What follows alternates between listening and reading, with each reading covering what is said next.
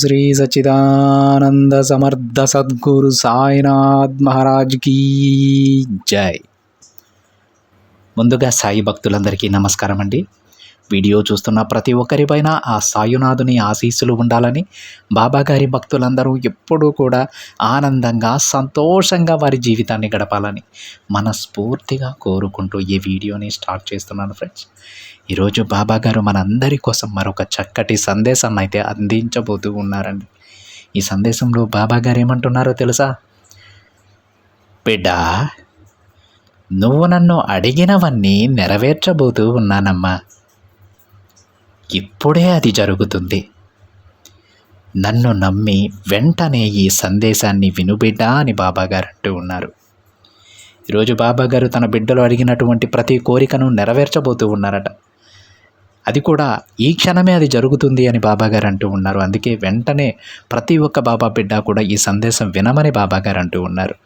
ఈ సందేశం కంటపడిన ప్రతి బాబా బిడ్డ కూడా ఈ సందేశాన్ని తప్పకుండా వింటారని మనస్ఫూర్తిగా కోరుకుంటూ ఈ సందేశాన్ని మొదలు పెడుతున్నానండి. బాబాగారు ఈ విధంగా చెప్తూ ఉన్నారు. బిడ్డ, ఇది నీకైన వార్త తల్లి.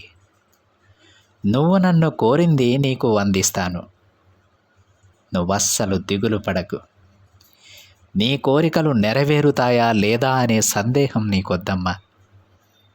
నువ్వు నన్ను అడిగిన ప్రతి కోరిక నేను నెరవేరుస్తాను. నీకు అవసరమైనది, ఇష్టమైనది, ఖచ్చితంగా జరగాల్సింది నువ్వు నన్ను అడగకపోయినా సరే దానిని తప్పకుండా జరిపిస్తాను. అలాగే బిడ్డ, నువ్వు ప్రతిరోజు కూడా ఒక కోరిక నన్ను కోరుతూ ఉన్నావమ్మా. ఆ కోరిక కూడా తీరబోతోంది తల్లి. అవును బిడ్డ, నువ్వు ప్రతిరోజు ఈ విషయం గురించే ఆలోచిస్తూ ఉన్నావు కూడా. ఇక అది నెరవేరి నీ మనసు కుదుట పడుతుంది. నీ బాబా చెప్పేది శ్రద్ధగా విను. చూడమ్మా, ఎవరికైనా సరే నువ్వు మర్యాద ఇచ్చినప్పుడు ఆ మర్యాద నిన్ను వెతుక్కుంటూ వస్తుంది. దానికి తగ్గ ఫలితం కూడా వస్తుంది. నువ్వు నన్ను కోరింది కోరినట్టు నేను జరిపిస్తాను బిడ్డ. ఇక నీ ఆశ తీరి నీ మనసు ఆనందంతో పొంగిపోతుందమ్మా. ఇప్పటి వరకు నువ్వు ఇలా ఆలోచిస్తూ ఉన్నావు కదా, అసలు నా కోరిక తీరుతుందో లేదో, నా జీవితం చిక్కుల్లో ఇరుక్కుంటుందేమో అని ఆలోచిస్తూ ఉన్నావు. అవునా? నిజం చెప్పు తల్లి, నువ్వు ఇలానే ఆలోచిస్తూ ఉన్నావు కదా.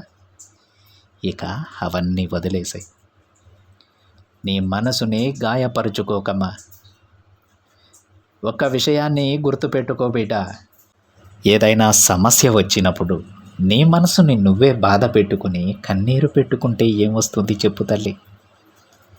దానికి పరిష్కారం ఎలా దొరుకుతుంది ఆలోచించావా? కాబట్టి ఎప్పుడూ బాధపడకూడదు. ఆ సమస్యకు పరిష్కారం వెతకాలమ్మా. బాబా మాటలు అర్థమవుతున్నాయా బిడ్డ? చూడు తల్లి, మనిషికి గాయమైతే ఏదో ఒక మందు ఇచ్చి బాగు చేసుకోవచ్చు. కానీ మనసుకి గాయమైతే, మనసు పగిలిపోతే దానిని అతికించలేము కదా. తిరిగి మళ్ళీ మొదటికి రావాలంటే చాలా కష్టమమ్మా. అందుకే ఒక మాట మాట్లాడేటప్పుడు 1కి 10 సార్లు ఆలోచించి మాట్లాడాలి. మనసుకి తగిలిన గాయం మానడం చాలా కష్టం బిడ్డ. ఆ పరిస్థితి నుంచి కోలుకోవడానికి చాలా సమయం పడుతుంది. అందుకే నేను చెప్పేది శ్రద్ధగా విను. ముందు నీ మనసులో ఉన్న గందరగోళమంతా తీసేసి ప్రశాంతంగా ఉంచుకో. ఎప్పుడూ ప్రశాంతంగా ఉండటం నేర్చుకో. అలా చేసుకునే బాధ్యత నీదే తల్లి. నేను రోజూ చెప్పేదే ఇప్పుడు కూడా చెబుతాను విను. నీ మనసులో ఉన్న కష్టం, బాధ అన్నీ నా పాదాల దగ్గర ఉంచి, నా పాదాల దగ్గర శరణాగతి పొందు. క్షణంలో నీ మనసు చాలా తేలికైపోతుంది. ప్రశాంతంగా ఉంటావు తల్లి. ఇక అప్పటి నుంచి నువ్వు నీ లక్ష్యంపై దృష్టి పెట్టి విజయాన్ని సాధించగలవు. అలా నువ్వు చేయకపోతే ఏదో ఆలోచిస్తూ ఉంటే నీకు నష్టమే కదా కలుగుతుంది. ఈ విషయం గురించి ఎప్పుడైనా ఆలోచించావా బిడ్డ? నువ్వు విజయాన్ని ఎలా సాధించగలవు ఒక్కసారి ఆలోచించు. ఇప్పుడున్న పరిస్థితిని చూసి ఏడుస్తూ సమయాన్ని వృధా చేసుకోకమ్మా. కాలం అనేది చాలా విలువైనదని తెలుసుకో. కాబట్టి ఏం జరిగినా నీ లక్ష్యాన్ని మాత్రం ఆపుకోకు. ప్రతిరోజు ప్రయత్నిస్తూనే ఉండు. భగవంతుణ్ణి నమ్ము. నీకైన సమాధానం తప్పకుండా దొరుకుతుంది. మంచి దారి కనిపిస్తుంది. నువ్వు ఏం చేయాలో కూడా నీకు తెలుస్తుంది తల్లి. నన్ను నమ్మిన నీకు నేను ఎప్పుడూ తోడుగా ఉంటానమ్మా. నువ్వు నన్ను కోరినవన్నీ నెరవేరుస్తాను. ఆనందకరమైన జీవితాన్ని నీకు అందిస్తాను. ఎప్పుడూ కూడా నా విషయాల గురించి వింటూ మాట్లాడుతూ ప్రతి క్షణం సాయినామం ఎవరైతే పఠిస్తారో వాళ్లతో పాటే నేనుంటాను. నన్ను నమ్మిన వాళ్ళని కాపాడటానికి నేను ఎంత దూరమైనా వెళ్తానమ్మా. ఇక నువ్వు భయపడకు.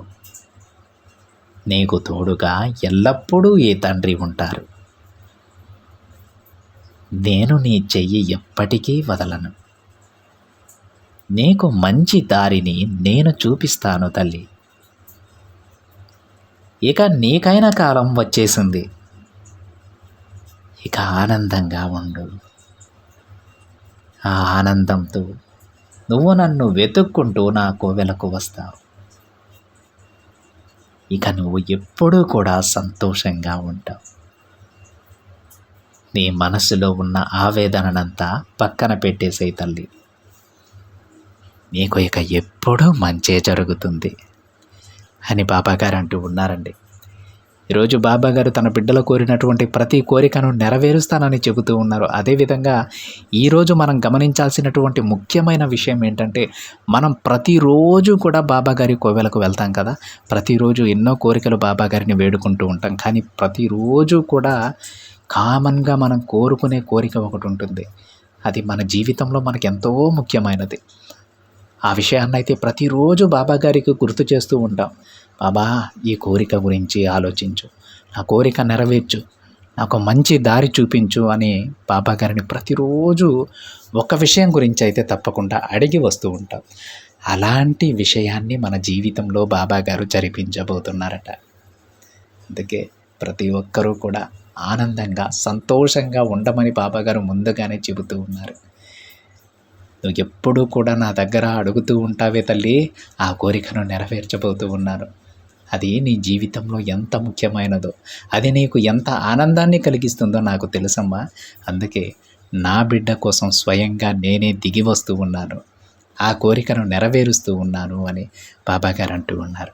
అతి త్వరలో వీలైనన్ని కొద్ది రోజులలో మాత్రమే మీకు ఆ కోరిక నెరవేరిపోవడం మీరు చూస్తారు. ఆనంద బాష్పాలతో బాబాగారి దగ్గరకు వెళ్ళిపోతారు. బాబాగారికి కృతజ్ఞతలు చెబుతారు. మీ నోటి వెంట మాట రాదండి ఆ సంతోషానికి. ఎందుకంటే మీ జీవితంలో అతి ముఖ్యమైనటువంటి కోరిక అది. మనం ప్రతిరోజు కూడా బాబాగారిని వేడుకునేటువంటి కోరిక అది. ఇది ఏ ఒక్కరికో కాదు, ప్రతి ఒక్కరి జీవితంలో ఉంటుంది. ప్రతిరోజు ఎన్నో కోరికలను బాబాగారిని వేడుకుంటూ ఉంటాం. కానీ ప్రతిరోజు క్రమం తప్పకుండా ఒక్క విషయాన్ని అయితే బాబాగారికి ప్రతి ఒక్కరూ కూడా గుర్తు చేస్తూ ఉంటారు.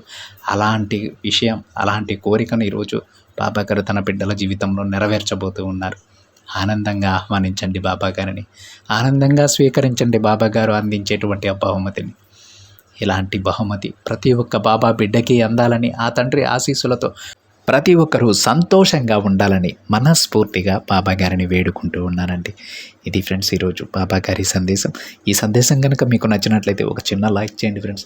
మరింతమంది మన బాబాగారి భక్తులకైతే ఈ సందేశాన్ని షేర్ చేయడం మాత్రం మర్చిపోవద్దండి. మొదటిసారిగా ఛానల్ని చూస్తున్న వాళ్ళైతే తప్పకుండా సబ్స్క్రైబ్ చేసుకొని పక్కనే ఉన్న బెల్ ఐకాన్ని యాక్టివేట్ చేయండి.